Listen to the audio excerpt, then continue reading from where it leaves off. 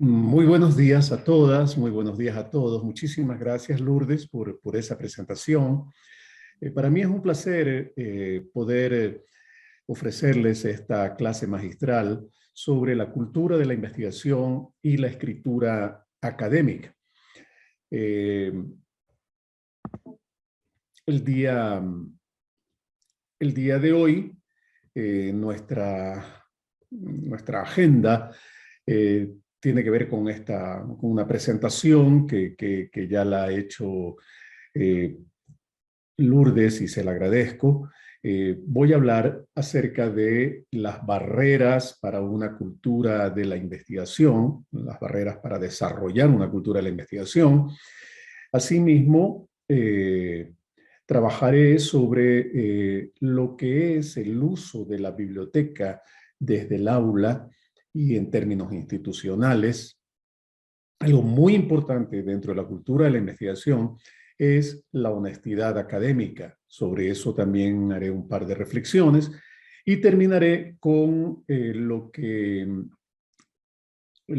es el instrumento básico de la cultura de la investigación, que es la escritura académica, y hablaremos sobre 5 cualidades que debe tener esa cultura académica, ¿no? Bueno, la presentación ya la hizo Lourdes, no voy a detenerme en esto, solamente quisiera insistir en algo. La cultura de la investigación y la escritura académica ha sido una práctica que he desarrollado en las instituciones en donde he trabajado. He sido eh, rector o lo que se llama director de un colegio de colegios, que significa colegios de educación completa, desde preescolar hasta bachillerato. Eh, Asimismo, me he desempeñado como vicerrector de investigación y posgrado de la Universidad de las Artes de Guayaquil. Y con base en esa práctica, he desarrollado una amplia experiencia en lo que es el institucionalizar la cultura de la investigación en las instituciones. Antes de pasar, quisiera señalar algo. Antes de pasar a ver lo que son las barreras para una cultura de la investigación, quisiera señalar algo. Una cultura de la investigación, para desarrollar la cultura de la investigación, tenemos que institucionalizarla, es decir, esta tiene que ser parte de lo que es el proyecto educativo institucional. No es una materia más, no es un seminario más, no es un taller más. Es parte de lo que nosotros denominamos el proyecto educativo de la institución. Institucionalizar la cultura de la investigación significa introducirla desde la educación básica, en el caso de las instituciones educativas, lo que antes se llamaba primaria y secundaria, es decir, educación general básica y bachillerato, o en las instituciones universitarias desde el comienzo del pregrado, ¿no? La investigación es una competencia que atraviesa las adaptaciones curriculares.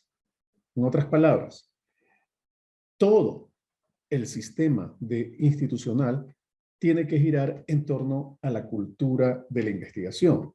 Y la cultura de la investigación se desarrolla a través de 2 fuertes herramientas. Una sobre la que vamos a hablar, que es la escritura académica, y la otra es el plan de lectura.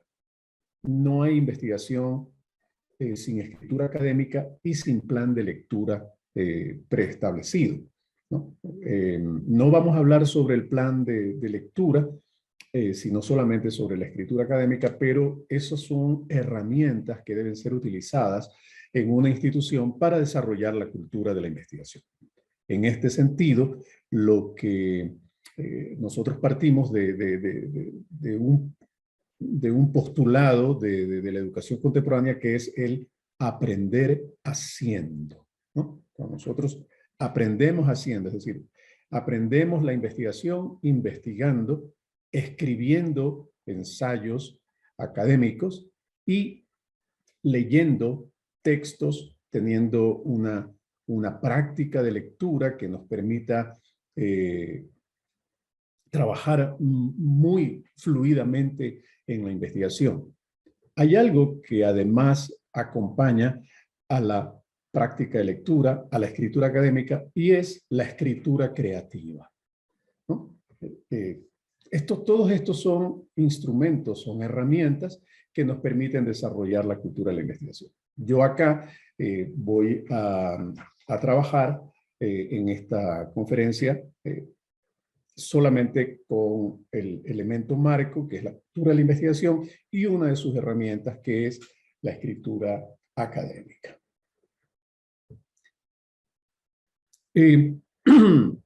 Hay lecturas que uno realiza cuando es niño, cuando pasa de la niñez a la adolescencia, y son lecturas que nos marcan. A mí, en lo particular, la lectura del Principito de Antoine de Saint-Exupéry me marcó. Me marcó por la cantidad, por las enseñanzas a través de una historia, ¿no? Y siempre me quedó presente, me han quedado presentes muchas cosas. Todos recordamos aquel Principito que le pide al aviador accidentado que le dibuje un cordero, ¿no? Y entonces el aviador le dibuja una boa que se ha comido un elefante y que todo el mundo confundía con un sombrero. ¿Bien? Pero hay algo importante. Cuando se habla del planeta B612, se dice lo siguiente. Voy a leer el texto que está en pantalla. Tengo serias razones para creer que el planeta de donde venía el Principito es el asteroide B612. Este asteroide no ha sido visto más que una vez con el telescopio en 1909 por un astrónomo turco. Él había hecho entonces una gran demostración de su descubrimiento en un congreso internacional de astronomía. Pero nadie le había creído por su manera de vestir. Las personas mayores son así. Afortunadamente, para la reputación del asteroide B612, un dictador turco obligó a su pueblo, bajo pena de muerte, a vestirse a la europea. El astrónomo repitió su demostración en 1920 con un traje muy elegante, y esta vez todo el mundo compartió su opinión. Fíjense, la enseñanza de este pequeño relato es enorme. Nos habla acerca del prejuicio.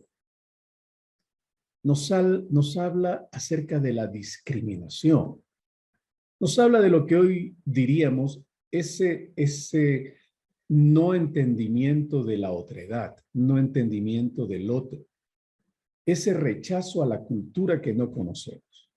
Todas esas son barreras para una cultura de la investigación, y todo está resumido en este pequeño texto, en este texto corto de las páginas iniciales del Principito de Antoine de Saint-Exupéry, ¿no?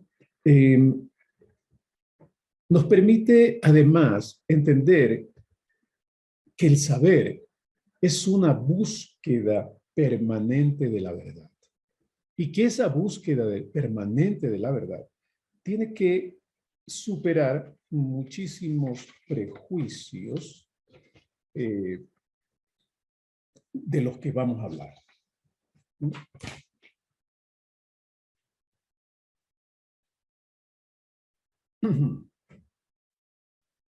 Hay un primer prejuicio que requiere ser deconstituido cuando hablamos de la cultura de la investigación. Este primer prejuicio es el autoritarismo. Felipe Pardinas tiene un texto que es un clásico en la investigación en ciencias sociales, se llama Metodología y técnicas de investigación en ciencias sociales, ¿no? En ese texto, él habla de estos tres conceptos. Yo he aumentado un par eh, que lo veremos más adelante. Pero el autoritarismo es aceptar como verdad una afirmación porque la ha dicho una persona, no por las razones, experimento o investigación llevadas a cabo por esa persona. Eso se da por lo general en quienes son seguidores de determinadas corrientes de pensamiento o de determinadas iglesias, ¿no? Por ejemplo, algunos marxistas-leninistas al citar a Marx o a Lenin, algunos psicoanalistas freudianos al citar a Freud, o, por ejemplo, cuando se dice que un escritor, digamos, Gabriel García Márquez, da una opinión sobre política y las costumbres o sobre la moda, ¿no? Y se dice, no, es que lo dijo fulano de tal. Bueno, él es un escritor de literatura, no es una autoridad, es una autoridad, digamos, en la escritura de ficción, pero no es una autoridad para opinar de cualquier cosa en cualquier momento, ¿verdad? Entonces, pretender que solo porque lo dijo una persona algo que no está probado es caer en el autoritarismo. Aún una autoridad tiene que probar permanentemente la autoridad que tiene sobre una determinada materia. Hoy día es muy grave porque debido a la proliferación, debido a la preeminencia, digamos, de las redes sociales, han proliferado como hongos los llamados influencers, ¿no? Entonces, el autoritarismo se ha desperdigado sin control. Basta que un influencer tenga miles y decenas de miles de seguidores, algunos centenares de miles de seguidores, ¿verdad? Y dan consejos médicos, psicológicos, educativos, opinan sobre todo y opinan sin ruborizarse y de manera irresponsable. Durante la pandemia hemos tenido esto, ¿no? El año pasado, influencers opinaban cualquier cosa sobre la pandemia sin tener ninguna investigación fáctica, sin tener ningún dato que permita sustentar. Eran simplemente las opiniones. Yo soy influencer, a mí me parece tal cosa, por lo tanto, digo lo que se me ocurre. Y como yo no busco la verdad, sino los likes, entonces la autoridad es como una reproducción sin fin, ¿no? Otra forma de autoritarismo es erigir los dogmas de fe en verdades indiscutibles. Tal vez eso tiene sentido en estudios de teología, en donde citar el Torá, la Torá, el Corán o los evangelios tienen algún sentido, pero en las discusiones científicas, citar textos religiosos, salvo que se esté haciendo una investigación de carácter teológico o de historia de la religión, no tiene mucho sentido, ¿no? Finalmente, no quiero dejar de mencionar el autoritarismo generado por uno mismo, ¿no? A través de nuestro trabajo de investigación. Algo que tenemos que tener claro en el trabajo de la investigación, parte de la ética de la investigación, es que cuando nosotros mostramos nuestros resultados al público, aunque nos parezcan concluyentes, estamos hablando de una verdad transitoria, sujeta a la crítica, sujeta a la modificación sustancial en el tiempo. Es decir, tenemos que saber que el pequeño saber que tiene una persona está signado por un enriquecimiento permanente que es fruto del inmenso trabajo humano en el saber, en la ciencia, y por ese continuo devenir de saber. Es decir, aún nuestro propio trabajo no tiene una verdad concluyente. Tal vez tenga una verdad concluyente que es transitoria. Y eso es lo que nos permite desarrollar el debate, ¿no?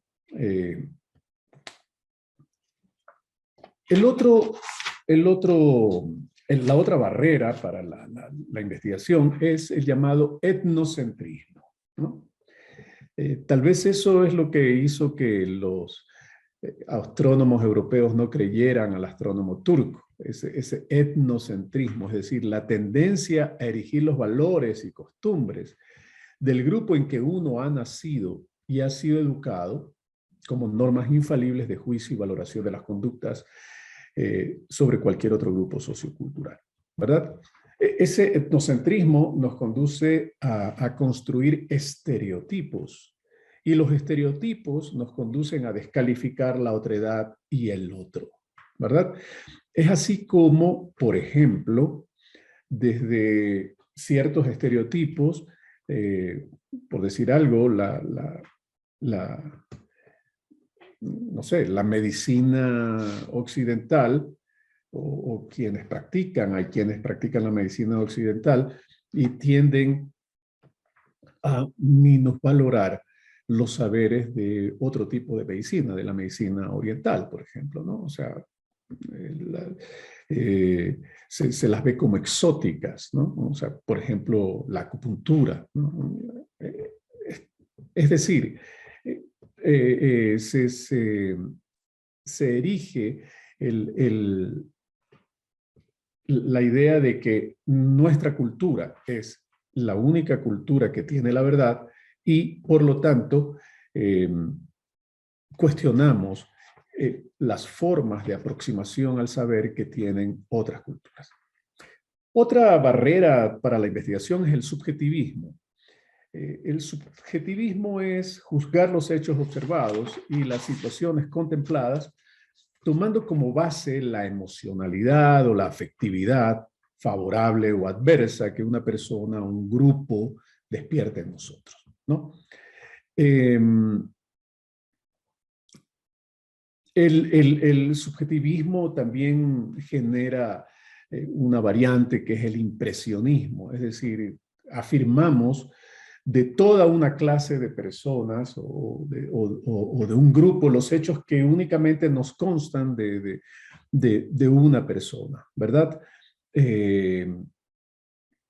Por ejemplo, cuando se habla, no sé, de la corrupción, de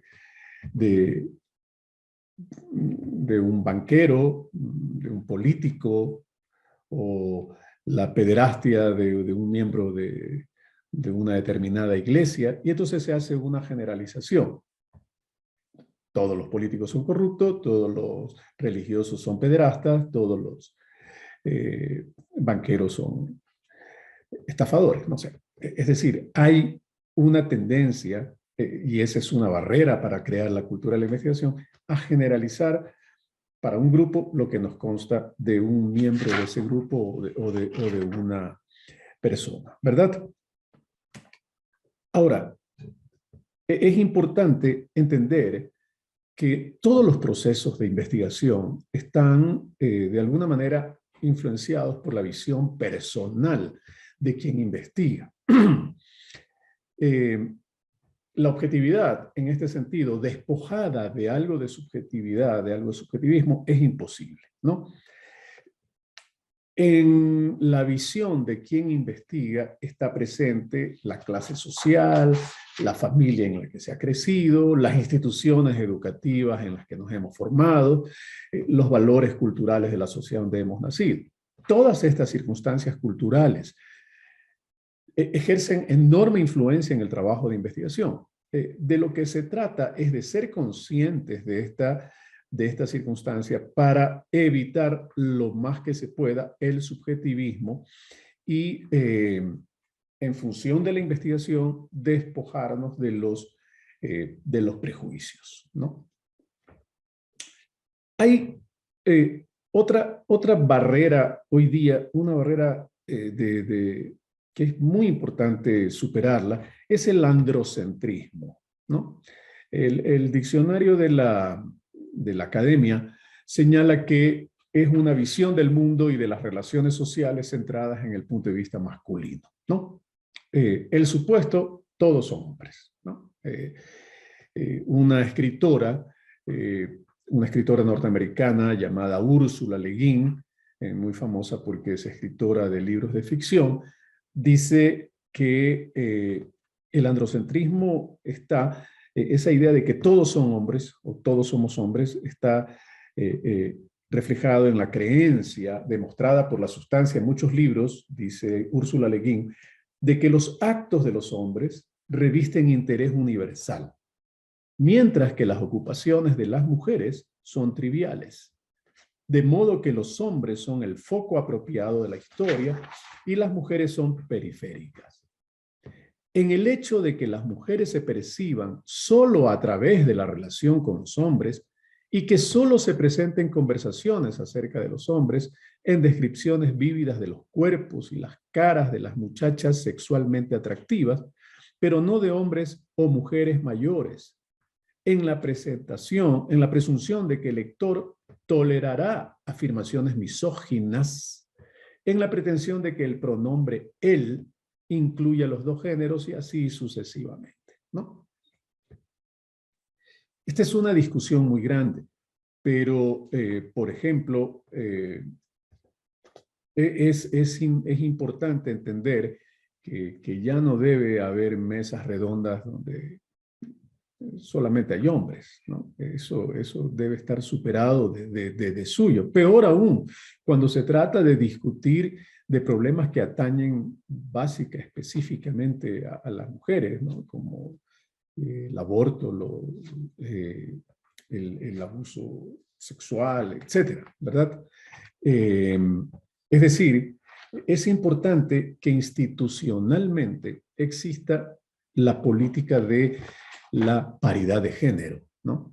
Es importante que en el currículo, si estamos estudiando literatura, por ejemplo, haya autores hombres y autoras mujeres, y que se entienda lo que significa la literatura producida por cada autor o por cada autora en el desarrollo de la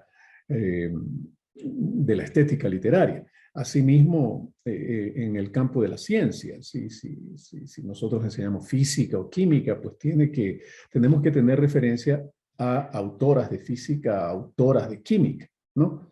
En otras palabras, tenemos que entender que el androcentrismo debe ser superado con la inclusión de las mujeres en todos los campos del saber, con la inclusión del saber producido por mujeres en todos los campos de saber, en todos los campos de la ciencia y del arte, ¿no? Una última barrera que quiero tratar es la discriminación por identidad de género, ¿no?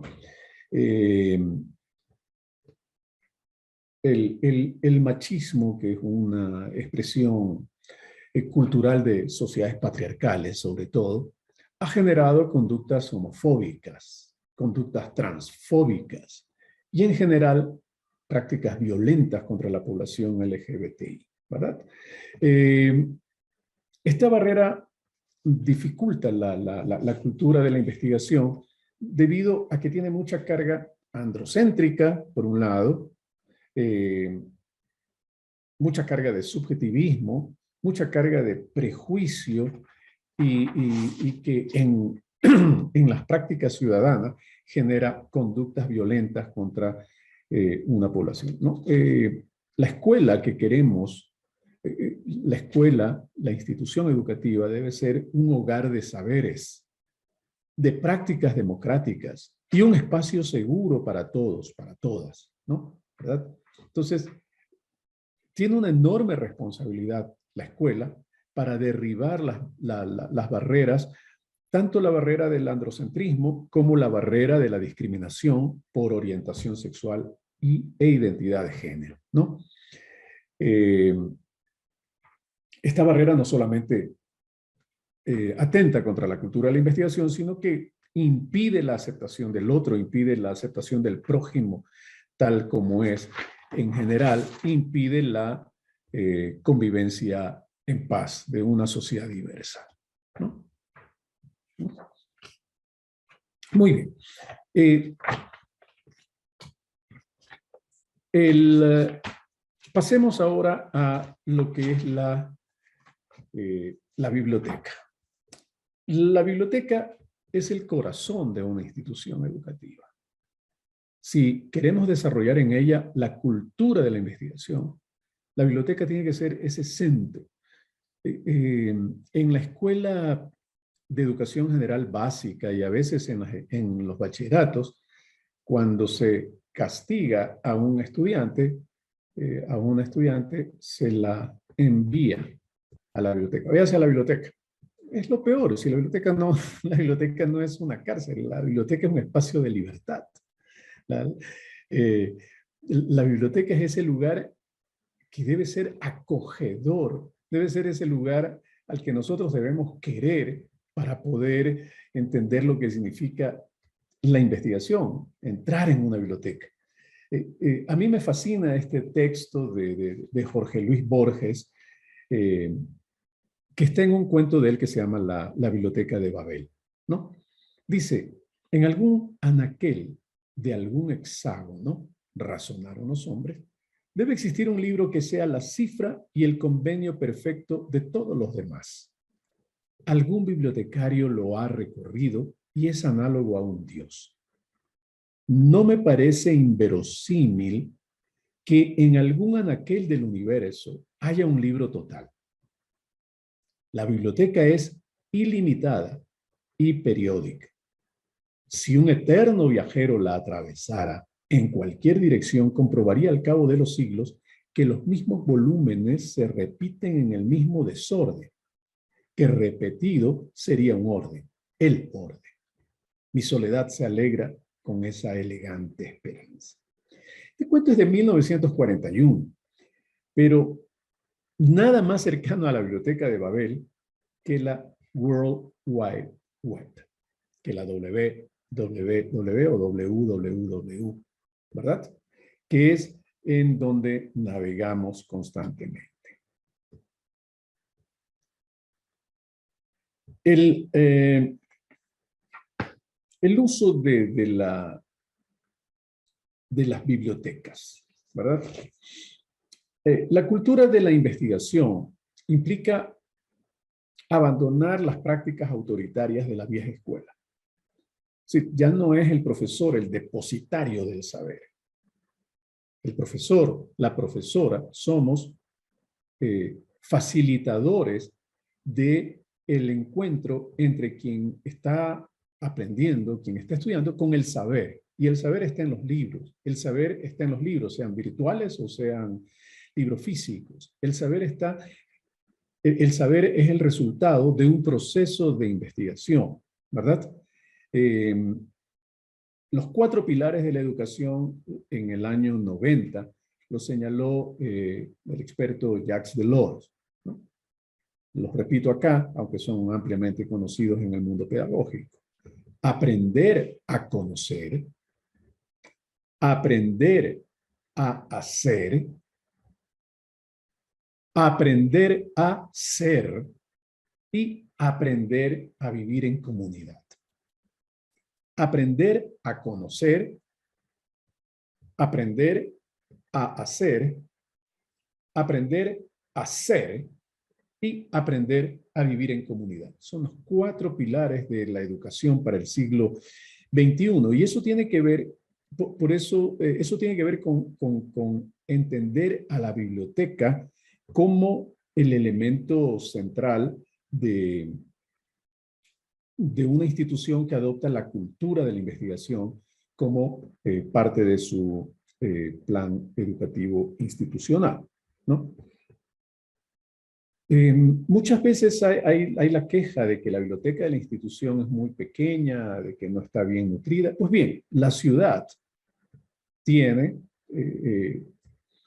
bibliotecas públicas. Lastimosamente en las zonas rurales no las hay, pero para las escuelas que quedan en la ciudad, entender que hay bibliotecas nacionales, hay bibliotecas municipales, hay bibliotecas de instituciones culturales, hay bibliotecas universitarias, hay bibliotecas especializadas, etc. En otras palabras, es necesario que la educación, que la institución educativa identifique este sistema de bibliotecas, lleve a sus estudiantes, en el caso de estudiantes de educación general básica o bachillerato, los lleve a las bibliotecas, les enseñe a usar las bibliotecas y que éstas sean parte del gran sistema de bibliotecas al que una institución educativa siempre debe estar afiliada.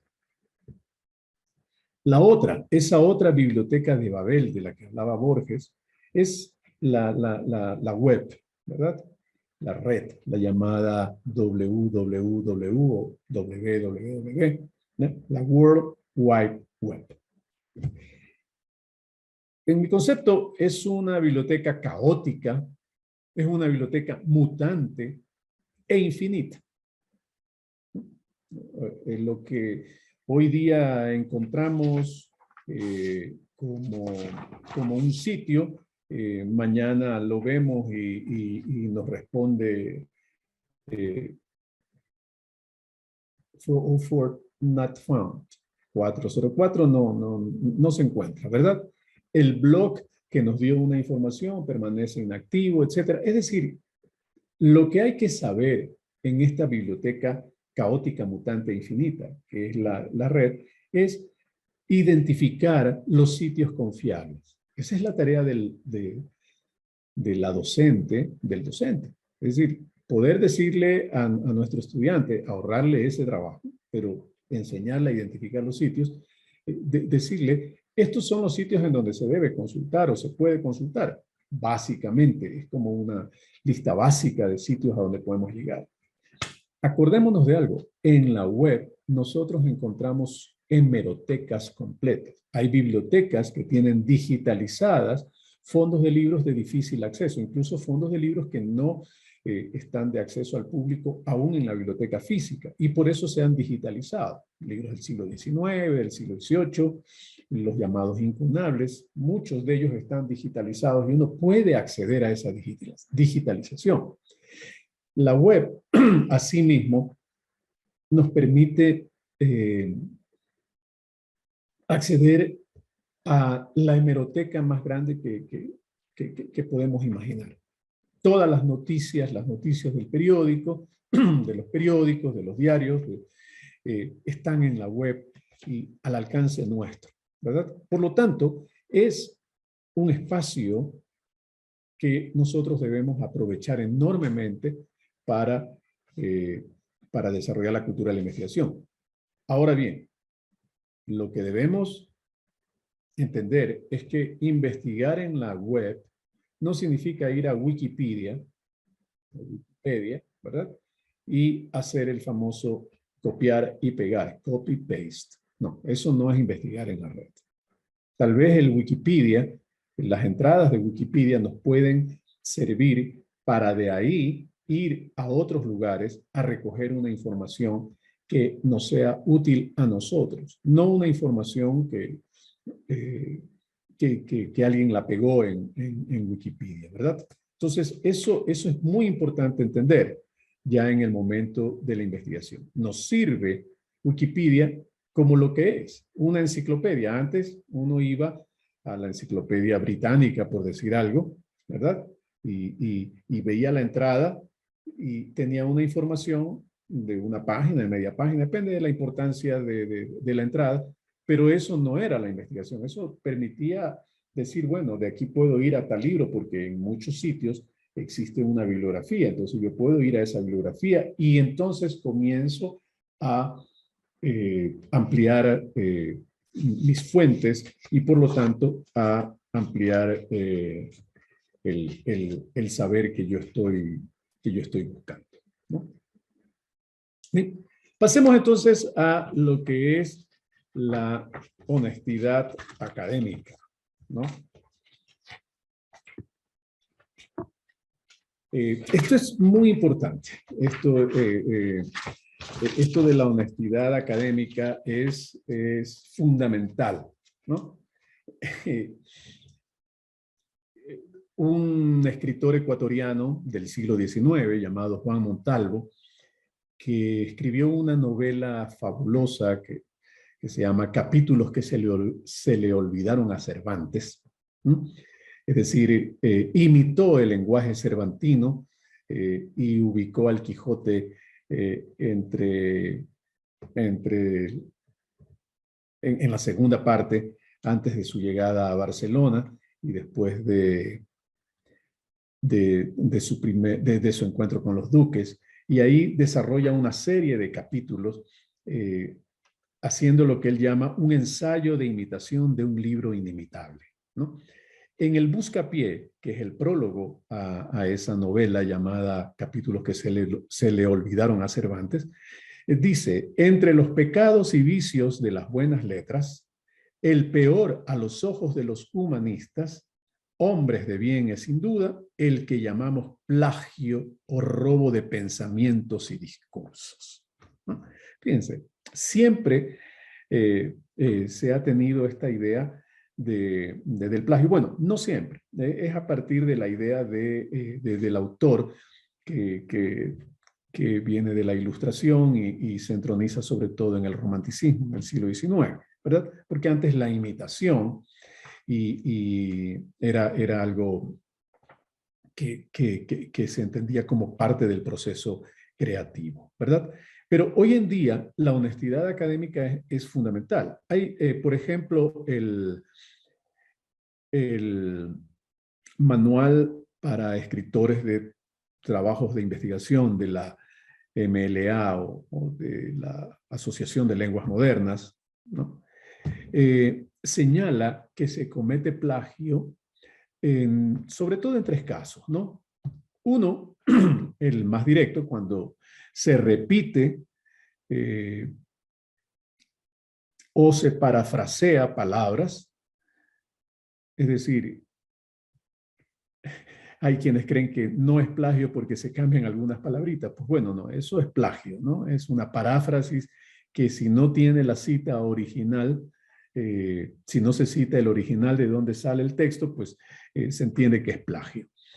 Cuando se utiliza un concepto desarrollado particularmente por un autor o por otra persona, y cuando se parafrasea un argumento o una línea de pensamiento, ¿verdad? ¿Cuáles son las recomendaciones para evitar el plagio? Pues la primera, nunca utilizar el famoso copy-paste o copiar y pegar, ¿verdad? Y no hay que hacer una paráfrasis sin la citación adecuada. Obviamente existen datos, información de conocimiento general, pues que no requieren una citación de la fuente, ¿no? O sea, cuando yo digo Colón llegó a América el 12 de octubre de 1492, pues no necesito citar la fuente porque es un dato de conocimiento general, ¿verdad? Pero lo importante en la honestidad académica es citar adecuadamente. No importa qué sistema uno escoge, si el sistema publicación año o el sistema de referencia bibliográfica, no importa qué estilo, si quiere utilizar el estilo Chicago Deusto, si quiere utilizar el estilo APA, si quiere utilizar el estilo MLA, o cualquier estilo que quiera utilizar, eso no importa, hay que ser consistente. Lo importante es entender que si uno está investigando y tiene que citar ese trabajo, pues bueno, ese trabajo tiene que tener la citación adecuada. No es malo citar constantemente, sobre todo en los trabajos académicos. Más bien es bueno, porque refleja todo nuestro trabajo de investigación. Lo malo es apropiarse del pensamiento, de los conceptos, de las líneas de pensamiento o de argumentación de algún otro autor y ponerlos como que si fueran nuestros. En todo caso, la honestidad académica tiene que ver con darle su lugar en el desarrollo del saber a quien ha investigado previamente el tema que nosotros estamos investigando. Y eso lo vamos a encontrar siempre, ¿no? Veamos ahora, pasemos ahora, finalmente, a lo que yo denomino 5 cualidades de la escritura académica. La escritura académica, decía, es un instrumento de la cultura de la investigación. Otros instrumentos son, por ejemplo, el plan de lecturas que una institución debe desarrollar. Otro instrumento de la cultura de la investigación y del entendimiento de la esfera del arte como conocimiento también es el de la escritura creativa, pero de eso no vamos a hablar acá. Aquí vamos a hablar de la escritura académica, ¿no? Hay 5 cualidades. Yo digo, la primera es mantener la unidad del asunto. La segunda, sustentar nuestra idea con datos fácticos. La tercera, procurar la objetividad. La cuarta, utilizar la citación adecuada. Y la quinta, buscar la claridad de estilo, ¿no? Veamos. Mantener la unidad del asunto, ¿no? Los textos académicos en general, excepto una monografía o una tesis doctoral, son textos cortos, por lo tanto desarrollan un asunto restringido, ¿verdad? Debido a esto, es fundamental que no nos desviemos innecesariamente de la idea que exponemos. Un texto que se llena de frases irrelevantes para su asunto, se vuelve confuso y lo que es peor, también se vuelve aburrido, ¿no? Pero, por ejemplo, si yo tengo un tema general, el cigarrillo, el tema del cigarrillo puede tener muchísimos asuntos. El cigarrillo, en el sentido de producto del tabaco en el desarrollo agrícola o la incidencia de la siembra del tabaco en el desarrollo agrícola, el cigarrillo como generador de impuestos para la caja fiscal, el cigarrillo como, como un vicio o el tabaquismo como un vicio que afecta la salud personal y la salud pública, o el cigarrillo como un hábito costoso, ¿verdad? Entonces, yo tengo que escoger qué asunto voy a tratar en un pequeño ensayo. Yo no puedo abarcar todo, todo lo que el tema general del cigarrillo abarca. Entonces yo digo, bueno, si voy a abarcar el tema del cigarrillo, voy a tomar un asunto. El asunto que voy a tomar es que es un hábito un poco caro, ¿verdad? Entonces, si yo digo fumar más de una cajetilla al día es un hábito que puede resultar caro, bueno, ya tengo un asunto en una frase que me va a permitir que yo me concentre en él. No voy a hablar que es peligroso para la salud, no voy a hablar de la incidencia agrícola, no voy a hablar de la incidencia impositiva. Voy a decir, mire, usted se dedica al hábito de fumar cigarrillo, bueno, le puede resultar caro y le voy a demostrar que esto va a resultar caro porque voy a hacer una serie de datos. Entonces, hay que mantener la unidad del asunto. Pero la unidad del asunto se mantiene y en un texto yo tengo que sustentar mis ideas con datos fácticos. No basta elucubrar, no basta decir, a mí me parece, yo creo. Yo creo que puede resultar caro. Bueno, pues hagamos un cálculo. ¿Cuánto cuesta una cajetilla de tabaco? Si yo fumo una cajetilla de tabaco diaria, bueno, en 30 días, ¿cuánto da eso? Y en 365 días, ¿cuánto da? Entonces, si yo hago ese cálculo, bueno, determinaré que gasto algunos miles en el caso de España, de euros, en el caso nuestro de dólares, en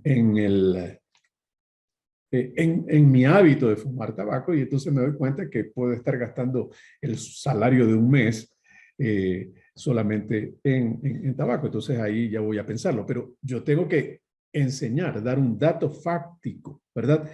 Los datos fácticos son necesarios porque permiten respaldar, ilustrar o comprobar lo que hemos afirmado en la oración central. Es decir, si yo digo que es un hábito caro, pues yo tengo que tener los datos estadísticos de cuánto cuesta una cajetilla de cigarrillo. Si creo que además el tema es que tengo que gastar más dinero en cosas para desodorizar, para lavar la ropa, lavar las alfombras, etcétera. Y además tengo que ir a con mayor asiduidad al dentista para limpiar la dentadura y evitar el mal aliento, etc. Hay una serie de gastos adicionales al costo del cigarrillo, pero todo eso tengo que ponerlo con datos fácticos, no basta opinar. Cuando yo haga eso con datos fácticos, entonces estoy reafirmando mis argumentos. Ahora bien, es importantísimo que nosotros utilicemos fuentes confiables, ¿verdad? Las fuentes confiables, ¿no? No un influencer dijo en Twitter que tal cosa. No, eso no es un dato confiable, no. Datos confiables son los datos de las instituciones que publican revistas especializadas, estadísticas de instituciones oficiales, encuestas de universidades o de empresas de prestigio, etcétera, ¿no? Entonces, eso es muy importante. Procurar la objetividad. Procurar la objetividad. Siempre escribimos, decía hace poco, desde un lugar predeterminado. En este sentido, la objetividad como un absoluto no es posible, ¿no? Nuestras ideas deben ser expuestas con honestidad, nuestras ideas deben responder a la investigación, a los datos fácticos, a encuestas y, por lo tanto, a la superación de muchos de los prejuicios para poder nosotros dar dar una opinión, dar un argumento, sostener un argumento con cierta objetividad. Y digo no ser objetivos porque no siempre es posible. Siempre debemos procurar la objetividad, ¿verdad? ¿No? Entonces,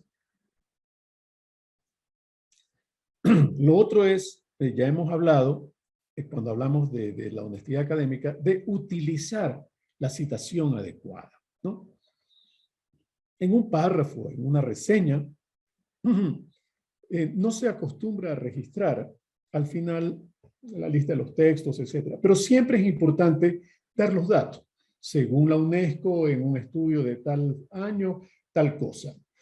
Según la OMS, la incidencia de esto en tal sociedad dio tales resultados, ¿no?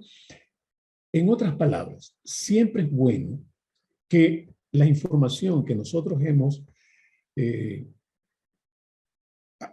acopiado durante nuestro proceso de investigación, pues la citemos adecuadamente y digamos cuáles son las fuentes en la que le demos el crédito respectivo, ¿verdad? Entonces, eso es importante. No importa qué sistema de citación tengamos y no importa qué estilo de citación tengamos, ¿no? Hoy en día se utiliza mucho en las instituciones universitarias, sobre todo de la zona iberoamericana o hispanoamericana más bien, el método Chicago-Deusto, ¿no? Que es un método desarrollado por el estilo Chicago-Deusto, perdón, que es un estilo desarrollado por la Universidad de Chicago a comienzos del siglo XX, pero a comienzos del siglo XXI, por el año 2012-2013, la Universidad Jesuita de Deusto, en Bilbao, adecuó el método Chicago, el estilo Chicago al español. Entonces, por eso el Chicago Deusto es un método, es un estilo de citación que se está utilizando cada vez más en el ámbito iberoamericano de investigación, ¿no? Y luego, pues, buscar la claridad de estilo, ¿no? Acordémonos del episodio aquel del retablo del maese Pedro, cuando el muchacho está contando la historia que van a desarrollar en el teatro de títeres y comienza a, a, a ir más allá del relato. Y entonces le dicen, llaneza, muchacho, no te encumbres, que toda afectación es mala, le dicen, ¿no? La claridad de estilo es resultado de una práctica permanente de la escritura, ¿no? Eso es el aprender haciendo del que hablábamos desde un comienzo, ¿no? Pero la escritura debe procurar concisión, precisión, sencillez expresiva, ¿no? Si utilizamos 3 verbos para decir algo, pues tratemos de utilizar 2. Y si utilizamos 2, tratemos de utilizar 1. Hagamos las cosas más simples, más sencillas, ¿no? Olvidémonos del barroco colonial y trabajemos con sin la afectación de la lengua y diciendo las cosas más sencillas, con oraciones cortas, oraciones que tengan sujeto y predicado, ¿no? Parecen cosas elementales, pero en este trabajo me he topado con párrafos de 10, 12 líneas sin un solo punto seguido, ¿no? Entonces ya uno se pierde, ya no sabe cuál es el sujeto con tantas oraciones subordinadas. Pero en todo caso, la idea es claridad en la redacción, revisar el texto y entender que la claridad de estilo es el resultado de una práctica permanente del trabajo de la escritura académica. Bien, esto era lo que quería conversarles, platicarles el día de hoy en esta charla. Y bueno, entramos entonces a las preguntas del caso.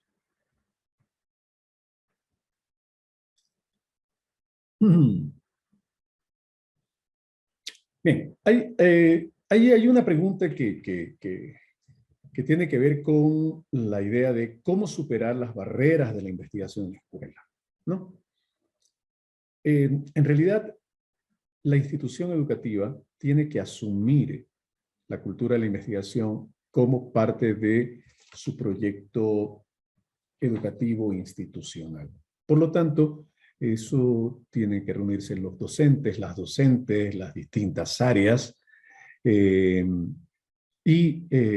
entender que en todas las asignaturas debe haber proyectos de investigación, que todas las asignaturas, por ejemplo, tienen que tener como método de evaluación un ensayo de 5 párrafos, que en todas las asignaturas debe aplicarse una rúbrica para poder calificar esos ensayos de 5 párrafos.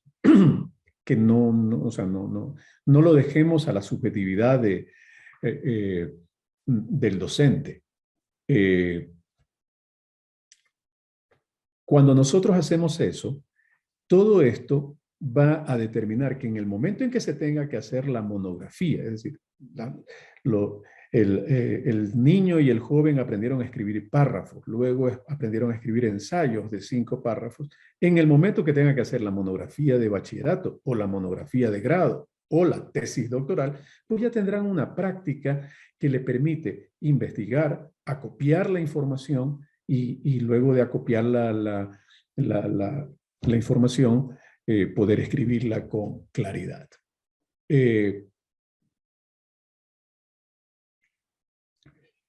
Aquí hay una pregunta, dice, quería conocer su opinión sobre las normas de las editoriales en cuanto a extensión. Bueno, se pasó con la cantidad de preguntas, pero cada institución tiene su normativa. El tema es que cuando uno trabaja mucho en investigación, pues no le es muy difícil seguir las normativas, ¿no? Como yo les digo, hay sistemas de citación en el que, por ejemplo, en el Chicago Deusto, cuando uno cita el lugar de edición de un libro y luego cita la editorial, bueno, el lugar de edición del libro, la ciudad, va 2 puntos y luego la editorial, luego va coma y luego el año. En el APA, en el APA, uno cita la ciudad, pone coma, no 2 puntos. No es que uno tenga razón y el otro no, simplemente son estilos. Lo importante es ser consistente en el estilo, ¿verdad? Aquí hay una pregunta muy interesante. Dice, redactar capítulos, resultados de investigaciones cuantitativas. Pues bien, dentro de los procesos hemos hablado de tener datos fácticos. Los datos fácticos están dados por encuestas. Los datos fácticos se expresan en cuadros estadísticos. Los datos fácticos se expresan en gráficas, etc. Entonces, de lo que se trata es de introducir la gráfica y analizarla. Siempre se dice, toda foto, toda gráfica, todo cuadro debe tener un pie un pie de foto, un pie de cuadro que explique el cuadro. Ahora bien, un cuadro bien hecho se explica por sí solo, pero es importante que las personas que leen el cuadro sepan los datos básicos, ¿no? Si yo he hecho una encuesta, entre quiénes la he hecho, cuál es el universo, qué margen de error tiene esa encuesta, son datos básicos que deben constar. Y al mismo tiempo, en ciencias, eh, tanto en ciencias sociales como en ciencias experimentales, es importante tener instrumentos, ¿no? Un instrumento es la bitácora del proceso experimental o el diario que nos permite ir dando cuenta de lo que nosotros queremos probar, ¿no? Dice, ¿cómo no terminar involucrando emociones y situaciones que van generando en el investigador y la comunidad cuando se ha estado inmerso en ello por un tiempo, sobre todo en lo que tiene que ver con la subjetividad? Bueno, claro, siempre hay que tener un punto de vista. Uno está a favor o en contra de algo sobre lo que está investigando y trata de sustentar su actitud a través de la investigación, los datos fácticos. Pero siempre es importante que, aun cuando que cuando uno exponga su punto de vista, también exponga con honestidad el punto de vista contrario. Es decir, uno parte de lo que sería la posición que quiere deconstruir para poder construir lo que uno ha investigado. Esto se ha dado en toda la ciencia, es decir, cuando pasamos del geocentrismo al heliocentrismo, es decir, cuando el científico dijo, no es la Tierra el centro del universo, sino el Sol, y no es el Sol el que da la vuelta alrededor. O sea, tuvo que explicar primero la teoría geocéntrica y decir, esto es errado por estas razones. Entonces, partir de la exposición honesta de la tesis contraria, ¿no? Dice, ¿cómo identificar los sitios confiables? Esto lo tengo, es otra pregunta que siempre está. Los sitios confiables, bueno, eso lo da la práctica del docente, de la docente. El docente tiene antes de la clase, en el momento en que está haciendo su sílabus, tiene que investigar y tiene que darle los sitios al estudiante en los que puede confiar. Ya en esos sitios la estudiante navegará de acuerdo al asunto, de acuerdo al tema, de acuerdo al asunto, de acuerdo a su propio punto de vista, etcétera. Pero lo importante es decirle, bueno, no vayas a un blog que dice, aquí no creemos en nada, no sé. Es una manera de asumirlo. Y un blog cuya última entrada fue en el año 2012. No, ese blog no sirve. No pierdas el tiempo en eso de ahí. ¿Ya? Pero sí anda al sitio web de una revista especializada que tiene publicado el último número de su revista en diciembre del año 2021. Entonces es un sitio bastante confiable, ¿verdad? Pero eso lo tenemos que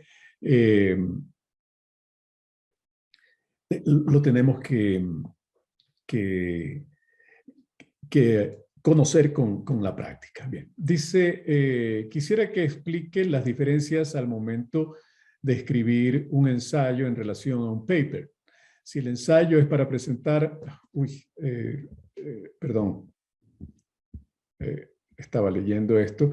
Si el ensayo es para presentar un plan de trabajo, se debe redactar en primera persona. ¿Qué estructura tendría un ensayo a diferencia de un artículo? Bien, bueno, paper es la denominación en inglés de un ensayo, más que de un ensayo, de un artículo, ¿verdad? De un artículo académico. Un artículo académico, no sé, de 15 páginas, y un ensayo de 5 párrafos. Son cosas distintas. Pero en todo caso, esta es una discusión grande sobre el uso de la persona.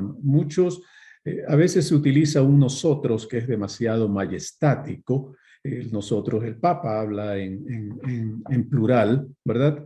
Eh, pero hablar en lo personal, salvo que sea una investigación muy particular, es dable. En general, se trata de utilizar un tono un poco neutro. Eh, por ejemplo, las investigaciones que se han realizado en torno a este tema dan como resultado esto, ¿no? El equipo que ha trabajado este proyecto, en el que está obviamente quien está escribiendo, ha realizado esto, ¿no? Es decir, alejar un poco el tono personal, pero hay investigaciones que son absolutamente personales y el yo, eh, el yo narrativo es aceptable. Ahora, también depende de qué estamos hablando. No nos olvidemos de algo. Los artículos académicos, que en inglés se llaman paper, ¿verdad? Eh, Son siempre artículos de coyuntura que hablan del estado del arte o del estado de la cuestión. O sea, siempre entendemos que lo que nosotros presentamos en un congreso, en un simposio, en un lugar donde se discute la investigación, es siempre un proyecto, algo en transición, ¿no? Es decir, yo expongo los resultados que he obtenido de mi proceso de investigación. Es distinto cuando los trabajos son para, eh, para una materia, para una asignatura, para aprobar, es decir, cuando son parte del régimen escolar. Entonces ahí se utiliza más bien el estilo del ensayo con una autoría neutra, ¿no? Bien. Bien. ¿Qué estructura tendría un ensayo a diferencia de un artículo? Bueno, esto sería objeto de otra masterclass, porque tenemos ensayos de 5 párrafos, ¿verdad? Y en el artículo lo que hacemos es, si el ensayo es de 5 párrafos, es decir, un ensayo de entre más o menos 800 palabras, acordémonos que un artículo es un artículo que tiene unas 8.000 palabras, es decir, 10 veces más. La estructura es básicamente la misma. Hay una introducción, hay una oración central, que es una suerte de hipótesis de trabajo, y hay los párrafos de desarrollo de las ideas expresadas en la oración central, y hay un párrafo o unos párrafos de conclusión. Es decir, hay una estructura del ensayo académico que se reproduce en el ensayo de 5 párrafos, en el artículo académico o en la tesis, ¿no? Y todo esto parte de lo que sería, de lo que es indispensable, el esquema, ¿no? Antes de escribir, hay que, hay que tener un esquema para no perder ese, ¿no? Pero bueno, eso, como digo, sería objeto de un trabajo eh, más eh, de otra charla, ¿no?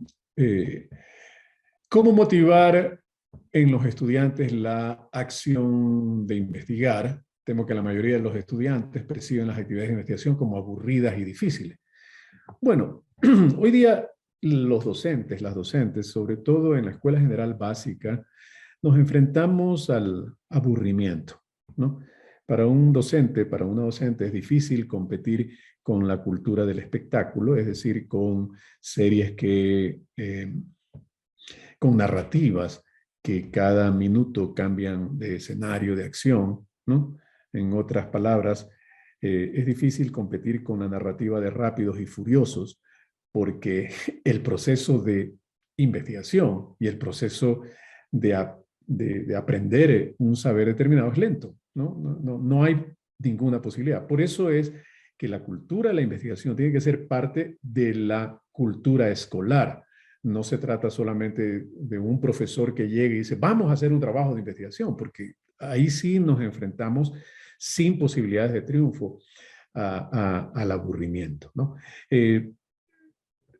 es importante motivar muchísimo el descubrimiento, ¿no? El descubrimiento, fíjense que en la escuela, algo que motiva mucho a niños y niñas es el famoso eh, experimento de biología del frijol sembrado en un vasito con tierra, ¿no? Y ver cómo al día siguiente pues, aparece un brote y luego comienzan a salir las hojas. Ese proceso de descubrir cómo crece la naturaleza en un niño, en una niña de 8 años, es fundamental. Es descubrir que hay un proceso de la vida. Pero para eso tenemos nosotros que motivar a nuestros estudiantes y los procesos no tienen que detenerse. Si eso es impresionante para un niño, una niña de 8 años, pues bueno, ese niño, esa niña de 8 años tendrá otro desafío de conocimiento cuando tenga 10 y otro cuando tenga 12. Entonces, luego tendrán pues, se maravillarán con los procesos de investigación correspondientes a su edad, ¿no? Cómo yo llegué a maravillarme leyendo literatura del siglo XVI, del siglo XVII, hasta el romanticismo, pues bueno, este es un proceso que ha tomado muchos años, ¿no? Pero si yo quiero que, que, que alguien tenga la curiosidad, la actitud, la escuela como tal tiene que tener esa filosofía. Si yo hago que mis docentes dicten la clase y dicten, como antes se hacía, ¿no? Tomen nota con rojo, escriban el título con azul. Bueno, así no se desarrolla la cultura de la investigación. Si el docente plantea problemas, plantea desafíos y dice, bueno, vamos a hacer esto aquí, este es el trabajo, tú vas a exponer esto, tú vas a hacer lo demás acá. Hay una biblioteca con muchos libros. Hay un docente, una docente que lo que hace es guiar el proceso de investigación. Pues bueno, estamos enseñando a que esa persona, como cuando a los niños, a las niñas se les enseña a andar en bicicleta con las rueditas, pues bueno, algún momento se le quitará una rueda y luego la otra ruedita de apoyo y luego ya cada quien andará en la bicicleta de la investigación a su propio ritmo.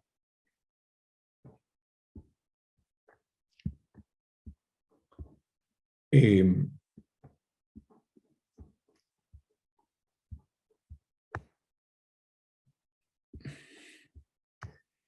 Bien, ¿cuál es el sistema de citación más adecuada? También es otra pregunta que se repite.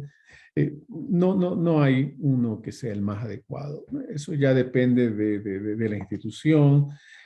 Muchas veces depende de los trabajos de investigación. Por lo general, los trabajos experimentales se llevan bien con la citación, con el sistema de autor-año, ¿no? Y se llevan bien con el estilo APA, ¿no? Las ciencias sociales se llevan mejor con el estilo del MLA. La investigación en artes se se lleva bastante bien con el Chicago Deusto, etcétera. Ya depende, ¿no? Depende qué es en qué campo del saber uno esté, ¿verdad? Eh,